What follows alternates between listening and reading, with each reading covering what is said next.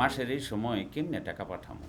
মাইয়াটা বিশ্ববিদ্যালয়ে চান্স পাইছে, ভর্তি হইতে না পারলে ওর স্বপ্ন তো ধূলিসাৎ হয়ে যাইব।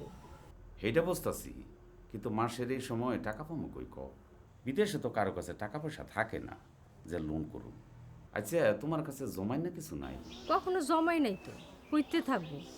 তুমি টাকা পাঠাইছো, আমি ঘরের কাজ করছি। এটাই তো ভুল করছো রূপার মা। আমাকে যদি জমানোর একটু অভ্যাস থাকতো, তাহলে এই জরুরি প্রয়োজনে এত চিন্তায় পড়তে হইতো না। সামনের দিনগুলোতে তাই করুম, কিছু কিছু টাকা ব্যাংকে জমামো। আচ্ছা, তুমি কোনো চিন্তা করো না, একটা না একটা ব্যবস্থা হয়ে যাইবই। আর আমি দেখি কি করতে পারি। এখন রাখো, কাজে যাইতে হইল। আচ্ছা, সাবধানে থাইকো। এমন অনেক পরিবারই বিনা পরিকল্পনায় প্রবাসী আয় খরচ করে ফেলে। সঞ্চয়ের অভ্যাস না থাকায় জরুরি প্রয়োজনে তারা বিপদে পড়ে যান। এজন্য সঞ্চয় অনেক জরুরি বিষয়।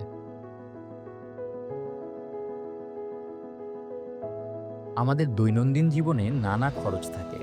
বাজার খরচ, হাসপাতালের বিল, স্কুলের ফি। হঠাৎ বড় খরচ এলে জীবন কঠিন হয়ে যায়। সঞ্চয় না থাকলে পরিবার সংকটে পড়ে, ঋণের বোঝা বাড়ে। কিন্তু ছোট ছোট সঞ্চয় থাকলে খরচ সামলানো সহজ হয়, পরিবারও থাকে নিরাপদ।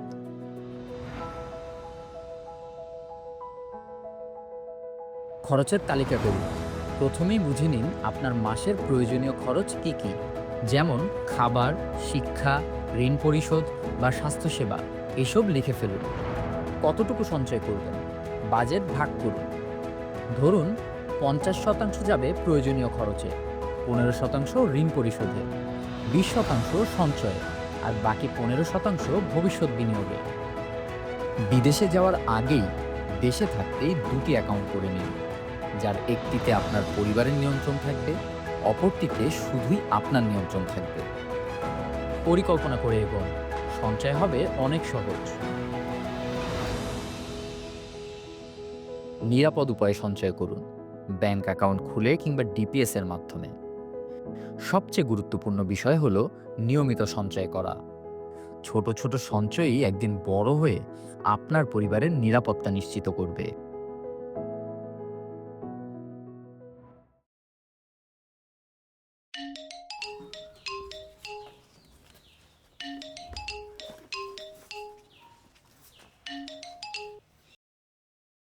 কি ডিপিএস করা হয়েছে?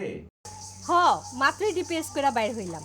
এটা কাজে লাগামো যখন ব্লক বাটিকের দোকান দিব। খুব ভালো হইব। আচ্ছা, তুমি যে ওই প্রশিক্ষণের কথা কইছিলা, খবর নিছ?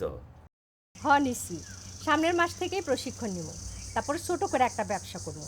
ব্যবসাটা যখন ভালো করে বুঝবো, তখন ব্যবসাটা বড় করবো, তখন এই ডিপিএস ভাঙবো। তুমি যদি পাক্কা ব্যবসায়িক ঋণ পরিশোধের টাকা হইতে হইব না? মায়ের তো বিদেশ ভবিষ্যৎ যাওয়ার আছে, আগেই সেটা চিন্তা দেশে করতে হইব। থাকতেই দুটি আর অ্যাকাউন্ট তুমিও করে তো নিন, মেলা দিন যার বিদেশ একটিতে করলা, আপনার এখন পরিবারের পাওনার নিয়ন্ত্রণ সময় থাকবে, হয়ে গেছে। অপরটিতে তুমি আসলে শুধুই একটা আপনার ব্যবস্থা করতে নিয়ন্ত্রণ হইব না? থাকবে। হ্যাঁ, তা তো লাগবেই। আচ্ছা ঠিক আছে, এখন রাখি, বাড়িতে মেলা কাম। সঠিক পরিকল্পনায় সঞ্চয় করুন, ভবিষ্যৎকে নিরাপদ ও সমৃদ্ধ করুন।